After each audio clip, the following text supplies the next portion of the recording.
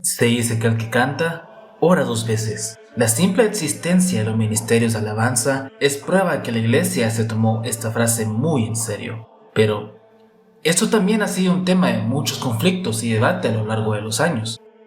Algunos prefieren música dinámica y agitada en la iglesia, mientras otros prefieren algo más solemne y tranquilo. No es raro ver miembros de cualquier bando condenando al otro, afirmando que su música es la correcta para alabar a Dios. Pero ¿qué define la música de alabanza? ¿Existe realmente una música correcta para alabar a Dios? Para hallar la respuesta, debemos viajar más de 2000 años al pasado, a los tiempos bíblicos.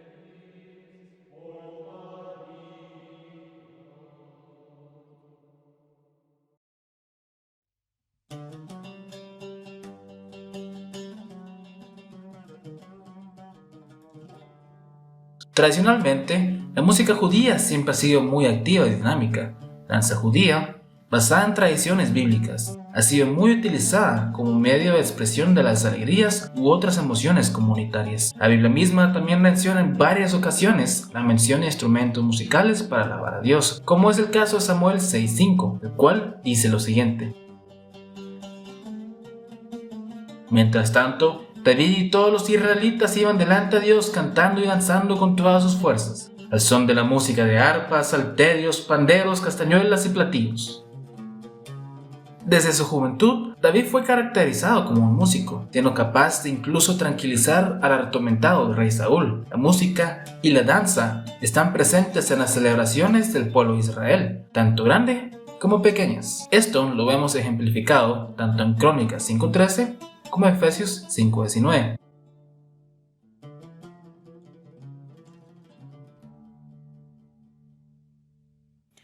Debemos recordar, como nos lo narra el libro primero de Samuel, que Yahvé se ha apartado de Saúl. Y esto provoca que Saúl sea atormentado por un demonio. Entonces, los servidores de Saúl le recomiendan conseguir a alguien que toque bien la cítara para que con la armonía de la música él pueda hacer que ese demonio se aleje de él. Otro de los siervos le menciona al hijo de Jesé, llamado David, un muchacho que tocaba muy bien la cítara. Saúl envía a que se lo traigan, el muchacho toca la cítara para Saúl y Saúl le pide que se quede a su servicio. Entonces, David ya había sido ungido como el próximo rey, pero en ese momento está al servicio de Saúl y toca la cítara para alejar eso que atormentaba al rey Saúl. Esto nosotros lo encontramos en el libro primero de Samuel, en el capítulo 16.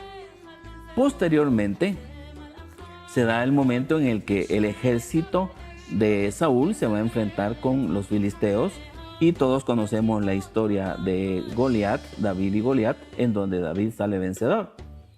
A partir de ese momento, Saúl se convierte en un enemigo de David porque tiene celos de David, que había obtenido una victoria significativa y que era coreado, que era alabado por el pueblo.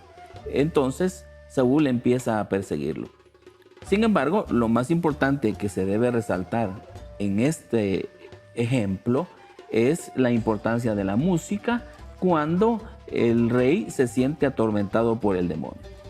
La música para el pueblo de Israel era un elemento significativo que tenía ciertas mezclas de otras culturas, pero que al final de cuentas era algo que servía para aliviar el espíritu de Saúl. Hoy en día sigue ocurriendo lo mismo. La música es significativa y es importante y sirve para alabar y aliviar el espíritu de los seres humanos. En los templos judíos lo que tenían era que tenían alguien que dirigía las ceremonias y cantaban a capela. Entonces estas personas pues entonaban diversos cantos, especialmente los salmos, y los cantaban en su lengua original, en su lengua materna, que era el hebreo. Entonces ellos entonaban estos cantos y esos son los que después van a influir a los primeros cantos de la Iglesia Católica de los primeros siglos del cristianismo, debido a que la mayoría de los que se convirtieron primero eran judíos convertidos al cristianismo. Entonces llevaron toda su cultura musical dentro del cristianismo.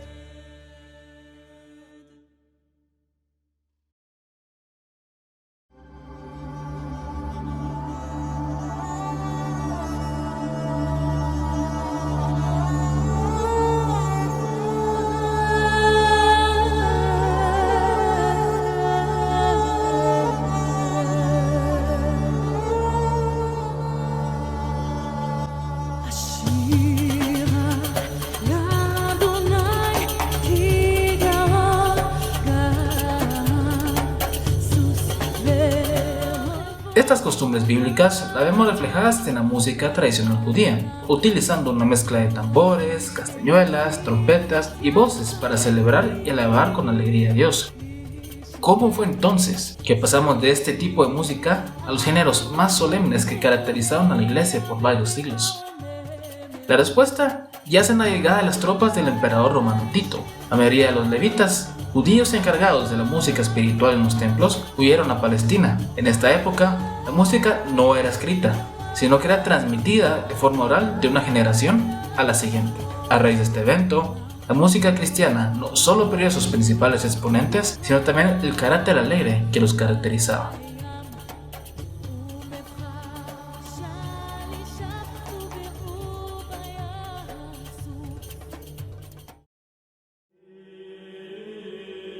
La música cristiana volvió a resurgir en la Edad Media, bebiendo de los cantos gregorianos. Los cantos gregorianos son una evolución del canto romano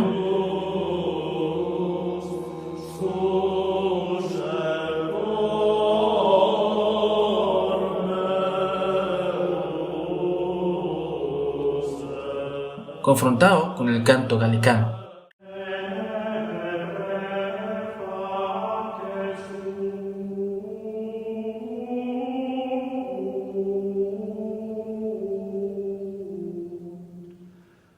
El canto gregoriano surge a raíz de que el Papa Gregorio decide como de reglamentar y hacer un recuento de toda la música que había. Entonces, para hacer un canon oficial de la iglesia.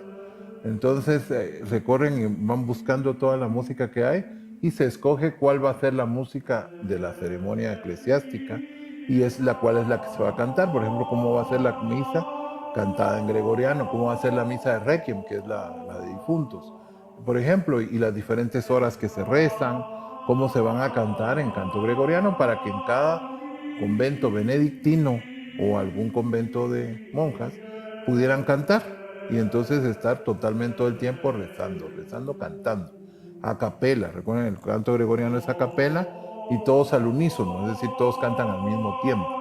No tiene la estructura de notación que se conoce ahora, sino que es otra, es por neumas y tiene algunas sus reglas que varían con la música que va a surgir después.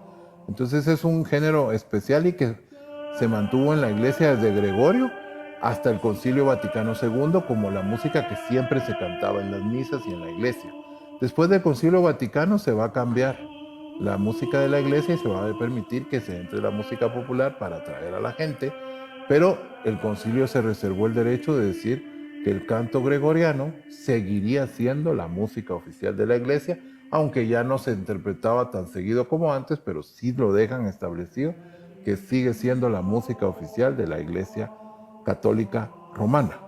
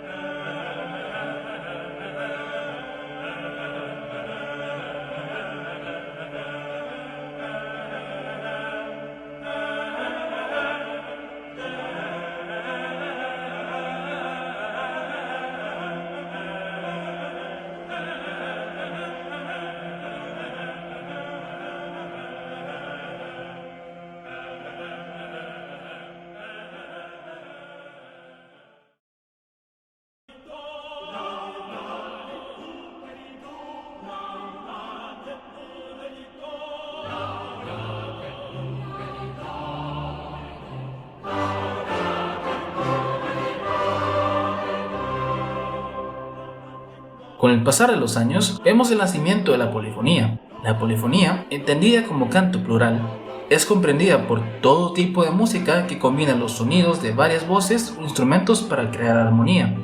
Esta nace durante el siglo XII, con la construcción de la Catedral de Notre Dame en París. Si bien ya habían ejemplos de polifonía previos a la construcción de la catedral, no fue hasta a partir de la música interpretada en la liturgia dentro de esta que se incluiría de manera definitiva.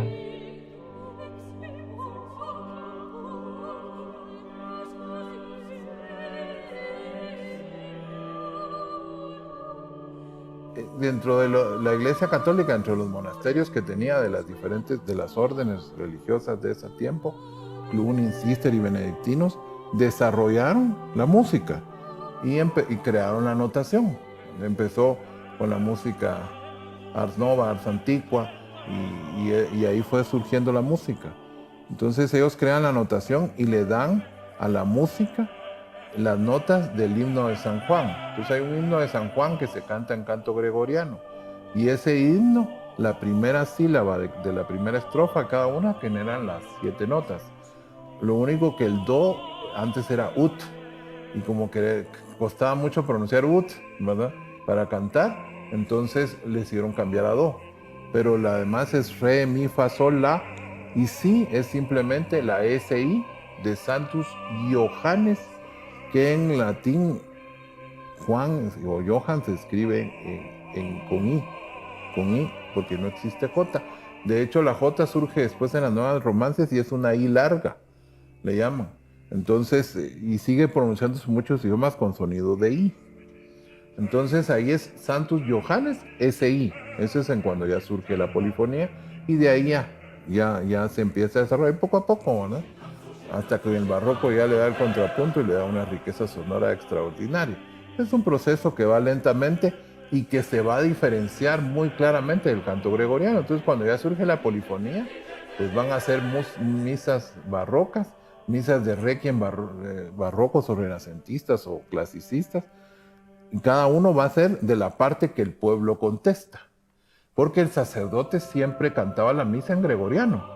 Pero lo que contesta la gente es lo que la polifonía va a enriquecer dentro de la iglesia, y obviamente ya con la polifonía se va a la música popular, trasciende las fronteras de todas las áreas de la vida cotidiana de las personas.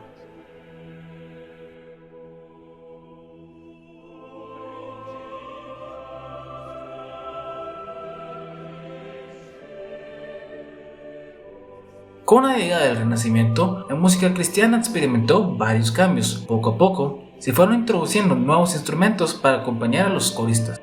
Entre los instrumentos introducidos predominaron los de cuerda y percusión. Con el descubrimiento de América, la música dejó de impregnarse por los ritmos provenientes del otro lado del océano, enriqueciendo la variedad musical de aquel entonces.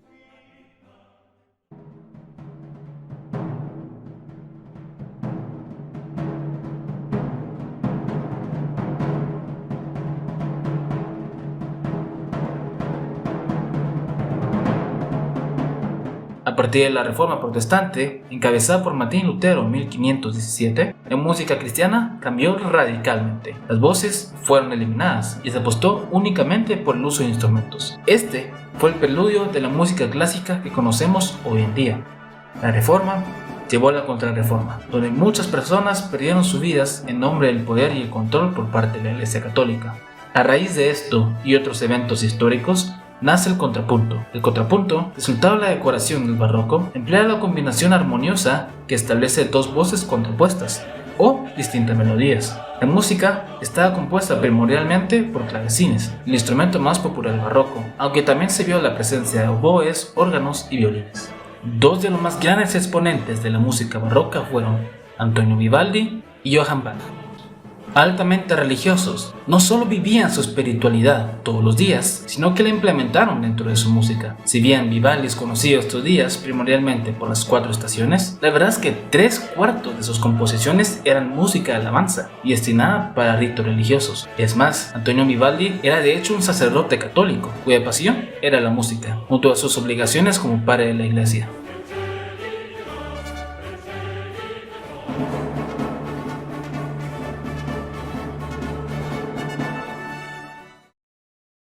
Bach, por otra parte, trabajó durante casi toda su vida como intérprete y director de coro en las iglesias de Europa.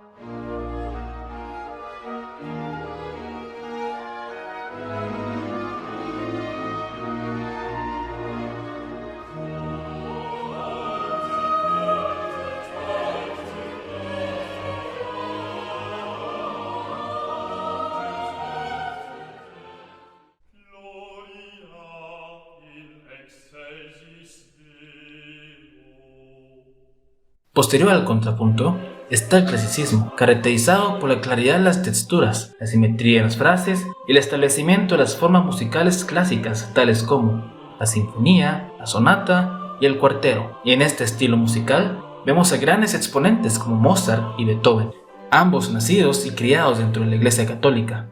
Mozart, en particular, fue nombrado durante su adolescencia como miembro honorario de la Orden de la Espuela de Oro, cuya insignia solía llevar consigo en todo momento.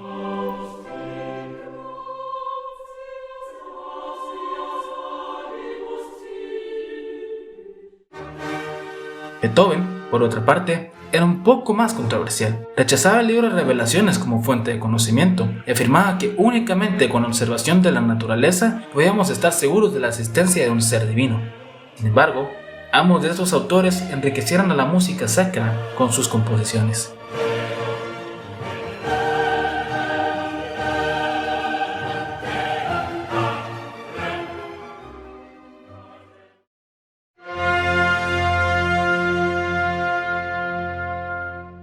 La música, luego del clasicismo, evoluciona al romanticismo y posteriormente al nacionalismo, cada uno con sus propias características y particularidades que le separan de los demás estilos de composición musical. Esta constante complejidad e inclusión de instrumentos poco a poco nos condujeron a las grandes orquestas que conocemos hoy en día, viéndose por primera vez en el siglo XIX. Sin embargo, incluso con todos estos constantes cambios en la Iglesia Católica se mantuvo relativamente igual. Incluso luego del Concilio Vaticano II, los cantos gregorianos se consideraron como el canto oficial de la Iglesia.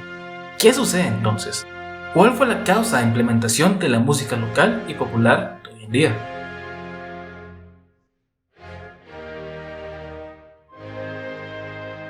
El Concilio Vaticano II surgió con la idea de que la iglesia estaba muy antañona. Por ejemplo, los papas eran cargados en hombros y entonces Juan XXIII ve que hay una necesidad de volver al origen del cristianismo, ¿verdad? Jesús andaba con todos, ¿verdad? Entonces ellos decide él bajarse y convocar a un concilio y él caminar con la gente. Bueno, eso los puso en riesgo porque después van a intentar matar a Juan Pablo II, pero era el riesgo de bajar y relacionarse con la gente.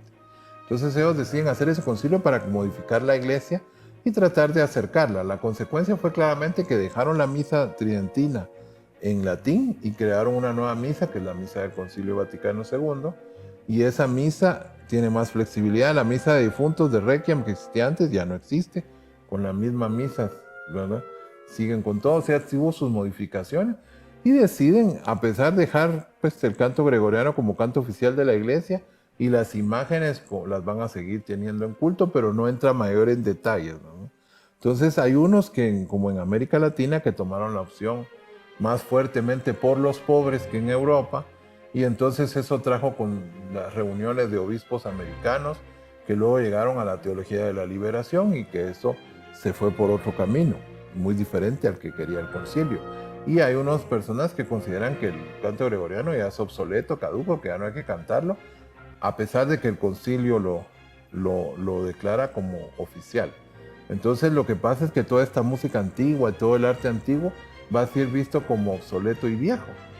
Y entonces van a buscar nuevas interpretaciones y nuevas formas de hacer llegar el mensaje de Cristo a las personas. Entonces el concilio sí tiene un corte muy fuerte, ¿verdad?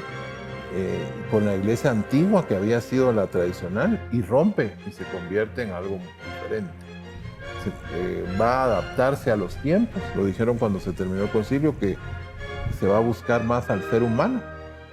Y mientras que antes lo que se buscaba era que todos atendieran a Dios, ahora la iglesia va a buscar a las personas, más que lo que se buscaba antes a Dios. Entonces, buscan la persona para llevarla a Dios. Antes estaba Dios y trataba de que la gente fuera a través del arte a Dios. Ahora van a buscar a la gente y se van a volver mucho más humanos. Van a estar cerca de la gente, los van a acompañar, los van a ayudar. Esa es la idea general para desarrollar el Concilio Vaticano II, cambiar la forma de la iglesia para acercarla a la gente. El sincretismo religioso es el esfuerzo que se hace o el intento que se hace por acoplar diferentes doctrinas en un solo acto religioso o en una práctica religiosa o en una religión. El sincretismo entonces hace que o intenta mezclar en un acto religioso diferentes doctrinas de aquellas personas que se están involucrando en una nueva religión. A diferencia de la inculturación, el primer inculturado fue el mismo Jesús, porque él nace en un pueblo determinado, en el pueblo de Israel. Nace él en Galilea y nace en una cultura judía con sus aspectos económicos, políticos, militares, sociales, etc.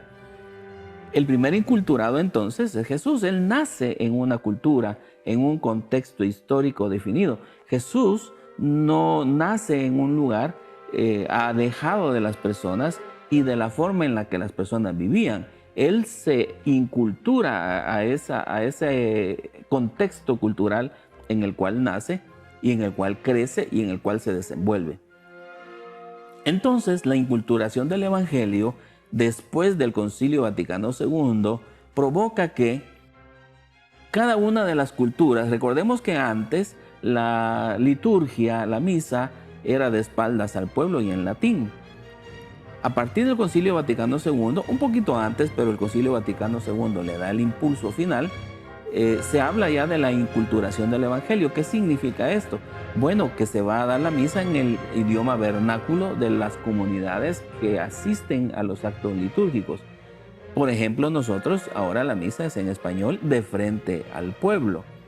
Además de eso, las diferentes formas de expresión culturales que tienen los pueblos también se armonizan. Voy a poner un ejemplo. En Livingston hay una hora específica en donde se da una misa en el idioma garífuna y con la música de ellos. También se hace en Occidente, en nuestro país, con las culturas de los pueblos mayas.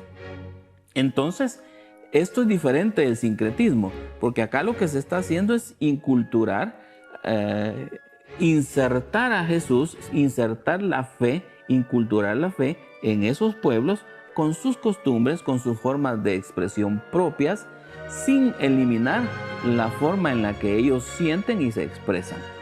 Entonces, el sincretismo es tratar de acoplar dos doctrinas diferentes, mientras que la inculturación es insertar el evangelio en la cultura y hacerlo dentro de la cultura que dé frutos en las comunidades en donde se ha inculturado. Con el pasar de los años, se han adoptado distintos géneros musicales para alabar a Dios, cada uno con una finalidad específicamente. ¿Cuál es entonces la manera correcta? Sin duda, una respuesta muy compleja. Mientras tanto, seguimos bebiendo de Gregorio.